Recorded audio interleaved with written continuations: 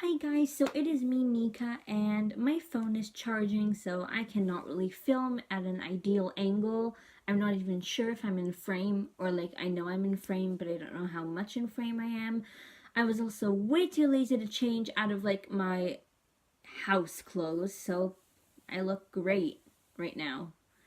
Um Also, I have to make this video now because no one else is home. But today's video is going to be about cruelty-free makeup. So basically, I've been wearing makeup since I was 13 years old, and now I'm 16 and I'll be turning 17 in 2 months. And for about the first almost 2 years of my makeup wearing journey, I didn't really give a damn about what makeup products I bought. I was not educated on the process of animal testing, and only in the past 2 years, I would say, I've actually gotten really into conscious consumerism and actually doing research into companies and putting your money where your values lie. So first I'm going to tell you a couple of definitions. First off, what is cruelty-free? Cruelty-free is essentially using a product that has not been tested on animals, and this doesn't just include the final product, it also includes ingredients. So even though the final product might not be tested on animals, the ingredients used in the product that the company uses, if they're tested on the animals, then that company is not considered cruelty-free. Also, something I want to touch on quickly is veganism as well, because a product can still be vegan but not be cruelty-free and vice versa. For example, Lush is a cruelty-free company, but in some of their products they use honey, and it's fairly treated honey, locally sourced, and it's ethical, but it's technically not vegan. I will say most people are vegan for ethical reasons and not for health reasons. I know a couple people who are vegan for health, and generally those vegans who are vegan for health are vegan in their diet and not other aspects of their life. So most people who are ethical vegans and are vegan in all aspects of their life won't use products that are tested on animals. So you could still get a product that is vegan but that tests on animals, and most vegans find that hypocritical because they're vegan because of animal cruelty. So now I'm going to share with you all of my opinions on... Wait, is it still filming? Okay. All of my opinions on, animal testing. So there's something called parent companies, which is basically where a bigger, company with more money buys out a smaller company. For example, the three biggest ones I know of are Shiseido, Estee Lauder, and L'Oreal. They buy out everything. They bought out NYX and NARS and everything. A lot of people will not buy from companies that have a parent company that isn't cruelty-free, because I will say these big companies sell in China and do not give a care in the world. And part of the money does go to the parent company, but my hope is, for example, L'Oreal owns, I think, NYX and Revlon, let's say. NYX is cruelty-free, they don't sell in China, and Revlon isn't cruelty-free. I'm hoping that maybe these big companies will realize that more profit is being made off of the cruelty-free company and hopefully change their ways, because a lot of these companies that test on animals originally didn't test on animals until they were bought out. So, for example, if all of you guys stop buying MAC, for a solid year, go without your MAC product, and maybe MAC will be cruelty-free if everyone in the world tries to make a difference. So that's just my opinion. I do buy from companies that have a parent company that isn't cruelty-free. Another thing which has different opinions is selling in China. My personal stance on the matter is that if the company tests on animals somewhere in the world, then it isn't cruelty-free. Many, I've talked to people and they said I'm a hypocrite because I support companies that have a parent company that isn't cruelty-free. But that's different because the parent company as of now, is not forcing the smaller company to sell in China. Yes, part of the profit is going to the bigger company, but ultimately I'm putting my values and my money in a company that is cruelty free.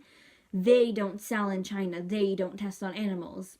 But if I buy from a company such as NARS, which is cruelty free everywhere else except China, then I don't consider that a cruelty free company because the company itself is testing. It's like a food chain. It's like where the bigger part of the food chain does something wrong and the smaller part doesn't do anything wrong, then I'll buy from like the smaller company. But if both do something wrong, then I'm not going to buy from that.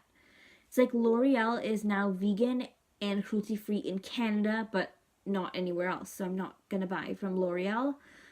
I don't know. Like, I am still going to be friends with people who buy from companies that aren't cruelty free. Like, a best friend of mine buys Mac. My thing is, it's really ridiculous that animals are suffering for something so mundane and vain as makeup. And I don't know, like, for diet, I understand that for some people cutting out meat is such a hard thing. And like, it's really hard to make a change in your diet, especially when it's a cultural thing, like in my situation. But when it's something like so ridiculous, like makeup and cosmetics, then like, I think there's absolutely no excuse. And keep in mind, this video is just talking about cosmetic testing. Medical testing is like a whole other can of worms. And if you want me to, I will make a video because even I still haven't figured out my stance on animal testing for medical purposes. But I just want to say this. I believe in educating people, and if I've known about the way animals were treated before when I was 13 and first got into makeup, I could have made so much of a difference by not buying a lot of products and making really bad decisions. It's just extremely frustrating when there's other ways which are actually better than animal testing, because human skin is different than animal skin, so they don't react differently, and there's like synthetic ways of testing without anyone being harmed, which are actually proven to be much more accurate. I don't know, it's just really frustrating that companies do things without a care in the world for, I don't know, like, that's just something that really frustrates me, and it's something that I'm super passionate about, and I know it's not like the most important issue in the world, and there are so many problems that are bigger than animal cruelty, but I think this is a very easy one to fix compared to other things like world hunger and world peace. And I think if we all make a difference, then I don't know, like, it's anything's possible. And there are so many cruelty-free options out there. I'm going to share some of my favorite brands. So for drugstore, Real Techniques. Elf is vegan and cruelty-free, except their brushes aren't vegan, but everything else is vegan. Physicians Formula, Milani, Wet n Wild, NYX. For high-end, I absolutely love Tarte, Too Faced, Urban Decay, Josie Maran, Argan Oil, like Dry Bar. There are so many products. It's not even funny. Like, I will do like a whole other video on just like brands I like and what I like from each brand. But I think there's so many options out there, and this video was not science. Like, the things I mentioned are true. The horrors that are happening in the animal testing industry are real. The definitions and the differences between vegan and cruelty-free are real. But all of the stances that I gave and opinions on selling in China and parent companies are all based on my opinion. Now it's up to you to figure out what you want to do with that information, and it's your choice. It's your decision to make, whether you judge companies based on parent companies or you count selling in China as animal testing or not. I don't know. I just think it's really important to get the message out, and I think education is the first step to making any change in your life. I know I had to do so much research, and I think a really, really great resource is Logical Harmony, because they actually have an entire list on like non-cruelty free brands, cruelty free brands, and like gray area brands where they're not sure about, and obviously you can make decisions whether you want to buy from those gray areas or not. The really cool thing is they also like bold any brands that are specifically vegan for those of you who are looking for specifically vegan makeup. I will say I am not a vegan.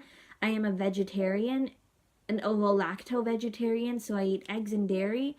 So I'm not in the market for vegan makeup. I don't really care about natural makeup, although another really great benefit of buying cruelty-free makeup is that it tends to be more natural than non-cruelty-free makeup, just because they're not testing it on a live creature. They kind of have to make sure they're using good ingredients that won't kill your skin.